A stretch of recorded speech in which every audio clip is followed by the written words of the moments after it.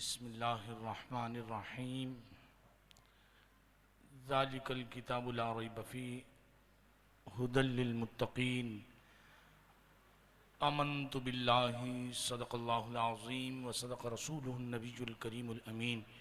ونحن علی ذالک لمن الشاہدین والشاکرین والحمد للہ رب العالمین بلغ العلا بکمالہ کشف الدجی بجمالہ حسنت جمیع خصالہ صلو علیہ وآلہ۔ انتہائی مختصر حمد و صلاۃ کے بعد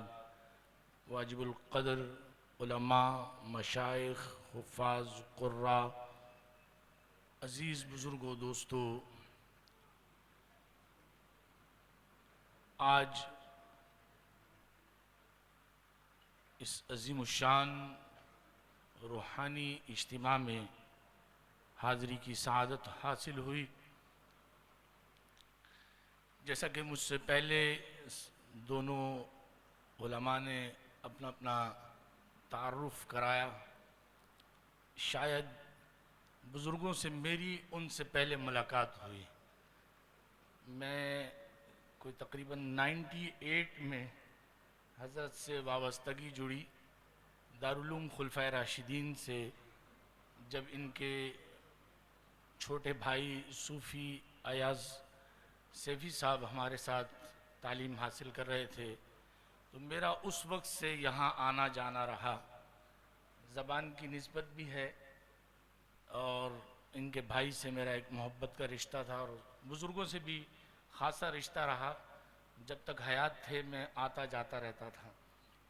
اور آج بڑے عرصے کے بعد حاضری ہوئی اور یہ سعادت حاصل ہو رہی کہ میں گفتگو کر رہا ہوں۔ پہلے تو میں ان بچوں کے والدین، اساتذہ اور ان بچوں کو مبارکباد پیش کرتا ہوں جنہوں نے تکمیل قرآن کیا۔ اس موجودہ دور میں ذرا توجہ رکھیے گا، میں ایک دو باتیں موجودہ حالات کے حوالے سے کرتے ہوئے توجہ دلاؤں گا۔ یہ بڑی خوش قسمتی ہے، بھائی نے کہا مجھ سے پہلے کہ آستانوں میں جانا ہوتا ہے، ہمارا بھی بہت کم خانقاہیں اور آستانے ایسے ہیں جہاں روحانی تربیت کے ساتھ دینی علوم سے بھی وابستہ کیا جاتا ہے۔ وہ مریدین جو وابستہ ہیں وہ خوش نصیب ہیں، اور کیونکہ آگے آپ کی اولادوں کی بھی ضمانت حاصل ہو رہی ہے، آپ کے لیے راہیں ہموار ہیں، کیونکہ آپ وابستہ ہیں آپ کے بچوں کی تربیت کے لیے، علم حاصل کرنے کے لیے۔ اسی آستانے میں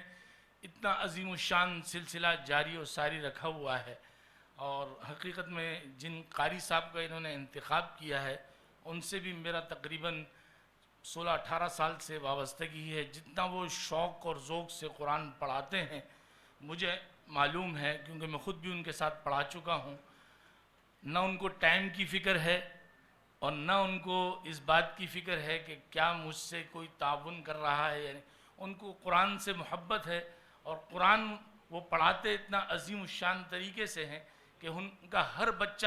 جہاں کھڑا ہوتا ہے اس ادارے اور اپنے استاد اور اپنے معتمم کا نام روشن کرتا ہے۔ یہ بڑی پھر یہ ہے نا کہ جہاں آپ قرآن کی تعلیم حاصل کر رہے ہیں، علوم حاصل ہو رہا ہے، وہاں دل صاف کرنے کے لیے ذکر کا طریقہ بھی سکھایا جا رہا ہے۔ ہم پوری تاریخ پڑھتے ہیں کہ علم حاصل کرنے کے بعد ہر ایک وہ شخص جس کو اللہ تبارک و تعالی نے رہنما کے لیے چنا، اس نے جا کر کسی نہ کسی بزرگ سے وابستگی جوڑی ہے، اور پھر اس علوم کی روشنی کو پہنچا ہے۔ تو آج ہم ایسی جگہ کھڑے ہیں، اور میں یہ دعوت فکر دے رہا ہوں جن کے بچے پڑھ رہے ہیں ان کا تسلسل رہے، جن کے بچے نہیں پڑھ رہے انہیں یہ دعوت فکر ہے کہ وہ وابستہ ہوتے رہے، کیونکہ اس کا فائدہ یہ ہے کہ ایک تو آپ کا بچہ دینی علوم سے وابستہ ہو رہا ہے، اور دوسرا جو اللہ وحدہ لا شریک نے مجھے اور آپ کے لیے حکم فرمایا وَكُونُوا مَعَ الصَّادِقِينَ، سچوں کے ساتھ ہو جائیں، تو اس سچوں کے ساتھ ہی تعلق جڑا ہوگا، من بھی صاف ہوگا، ظاہر بھی صاف، باطن بھی صاف، تو وہ علوم کی روحانیت اور معرفت انسان کو جلد سے جلد حاصل ہوتی چلی جائے گی۔ اگر میں خواجہ اجمیری کی زندگی کو پڑھتا ہوں کہ علوم حاصل کرتے رہے، ایک وقت آیا کہ وہ خواجہ عثمان ہارونی کے در پر گئے، اور پھر وہی قرآن جو پہلے تلاوت کرتے رہے، ایک وقت وہ آیا کہ خواجہ عثمان ہارونی نے آپ کو بتایا کہ اے اجمیری تو سورۃ الاخلاص کی تلاوت کر، اتنی مرتبہ کر، اس انداز سے کر۔ جب انہوں نے اس کے انداز سے اس تلاوت کو کیا، پڑھنے والا خواجہ اجمیری پہلے بھی قرآن کو پڑھ رہا تھا اور بعد میں بھی پڑھنے والا وہی خواجہ اجمیری تھا، بس فرق یہ تھا پہلے اپنے انداز میں پڑھ رہا تھا، اب مرشد کے بتائے ہوئے انداز کے مطابق پڑھ رہا تھا۔ اب جب مرشد کے انداز کے مطابق اس نے پڑھنا شروع کیا تو پھر اس کے قلب کی روحانیت، معرفت بھی کھلتی گئی، وہ چراغ بھی جلنا شروع ہوا، اس کی آنکھوں کی بینائی بھی بدلتی گئی۔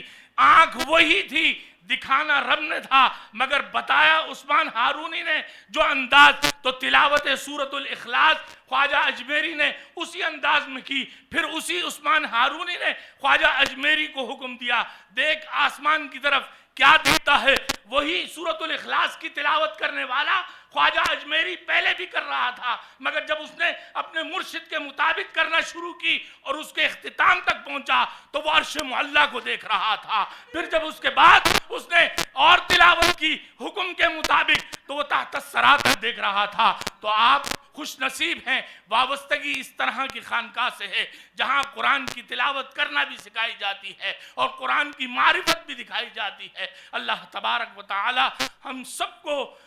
دین متین کی سمجھ عطا فرما لے اور ایسے خانقاہوں سے وابستہ رہنے کی توفیق عطا فرمائے۔ اللہ اس ادارے کو تا قیام قیامت آباد و شاد رکھے۔